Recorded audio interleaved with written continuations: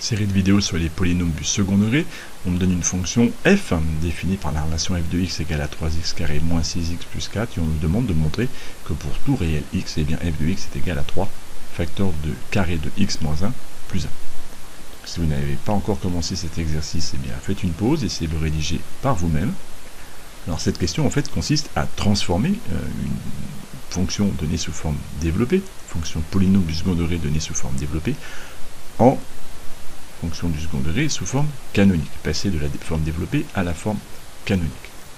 La particularité de l'énoncé, c'est qu'on me donne finalement le résultat, on me donne là où je dois arriver, et en fait nous allons pouvoir utiliser l'expression finale pour aller plus vite dans nos calculs, et donc nous allons utiliser l'expression qui m'est proposée dans l'énoncé pour vérifier qu'elle correspond bien à mon énoncé.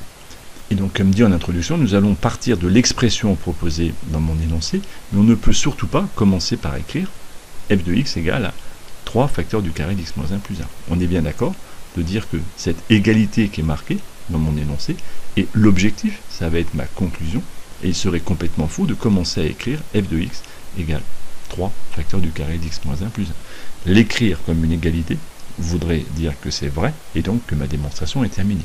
Je n'en sais rien pour l'instant, donc la stratégie va consister à partir de l'expression qui m'est proposée, et de prouver qu'elle va bien être égale à f de x.